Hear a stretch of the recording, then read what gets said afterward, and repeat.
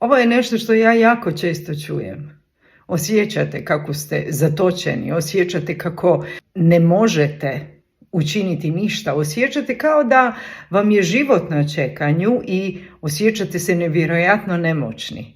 To je dijametralno suprotno osobi koja ste bili. To što živite nije život. To je zatvor koji možda uopće nema rešetke i vi možda uopće nemate vidljive okove. Sve je to nevidljivo, međutim vi se upravo to osjećate zatočenima. Možda je došlo vrijeme da to promijenite. Upravo zbog ovog zatočeništva koje opisujem, ja sam svoj edukacijski program nazvala Bijeg iz Alcatraza. Alcatraz koji je bio zatvor iz kog se činilo da je nemoguće izaći. Izlaz postoji strateški, planirano i postepeno. Ovo nije teorija, ovo nisu prazne fraze, ovo nisu floskule. Ovo je edukacijski program koji je nastao temeljem prakse i temeljem mog iskustva, što osobnog, što iskustva rada s klijentima.